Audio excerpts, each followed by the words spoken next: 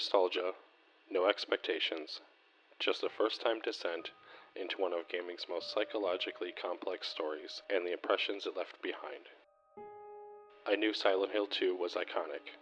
I knew the fog, the guilt, the monsters, but I never played the original, never walked those streets myself. I came in with the broad ideas, Pyramid Head, Mary, the town, but I didn't know the emotional weight behind it.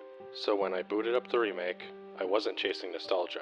Instead, I met James Sunderland for the first time, and what I found was unsettling, beautiful, and deeply personal. From the start, it's clear this isn't just a horror game.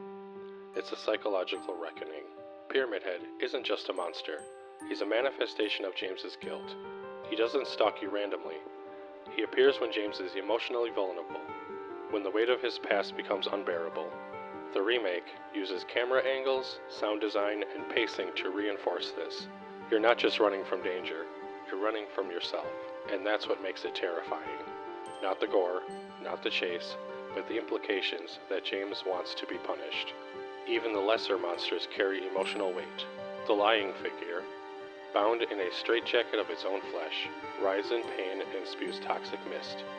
It's James's emotional paralysis made flesh. His inability to move forward, to breathe freely. The bubblehead nurses are twisted echoes of Mary's caretakers.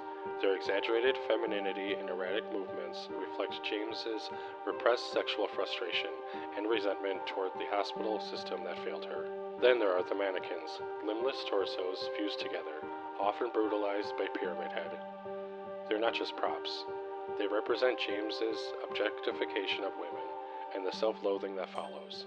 The creepers, those insectoid things that crawl out when the flashlight flickers, feel like guilt itself, always present, always hiding in the corners, waiting for the light to fade. And the mandarins, hanging beneath the floor, attacking from below.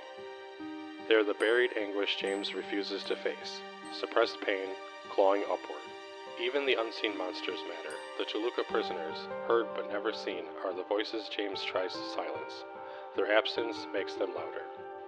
Pyramid Head is the culmination of all of it, a walking executioner, not just punishing James, but embodying his desire to be punished. He's not the villain, he's the sentence. James's search for Mary isn't hopeful, it's desperate. Maria enters like a dream. She looks like Mary, even sounds like her, but she's more flirtatious, more alive.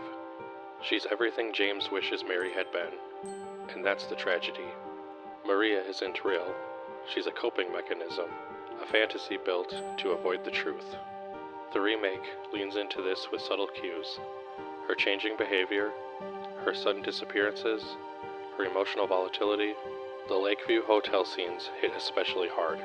I didn't expect to feel so much grief for a character I barely knew. But the way the game builds emotional tension, it's masterful.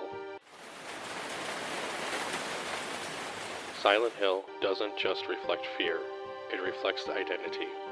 James isn't who he claims to be, and the town forces him to confront that.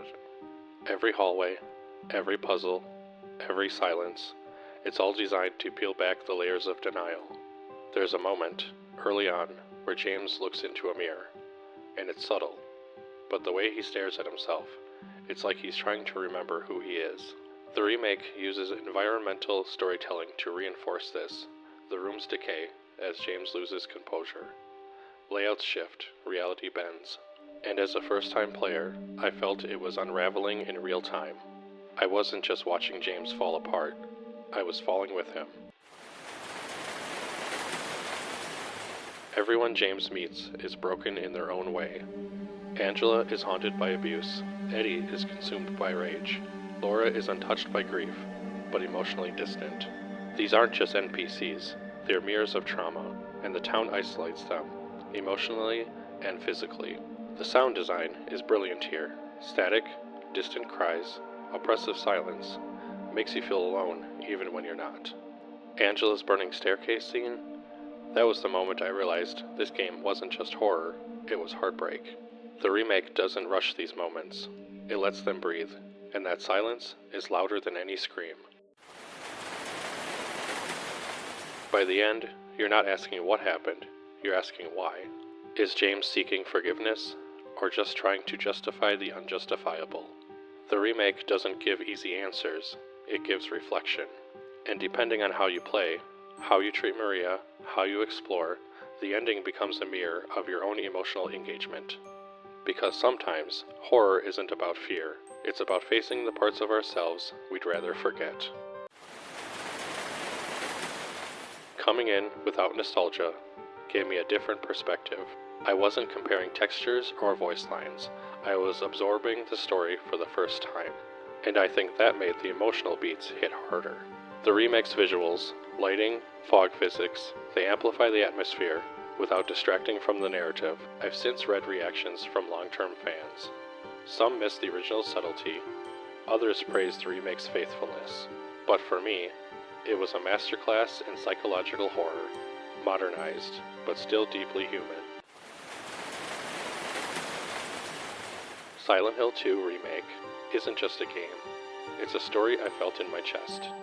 It reminded me that horror isn't always about monsters. Sometimes it's about memory, about guilt, about grief. And for someone experiencing it fresh, it was unforgettable. If you've played it, I'd love to hear what haunted you most. Drop a comment, let's talk trauma, fog, and forgiveness.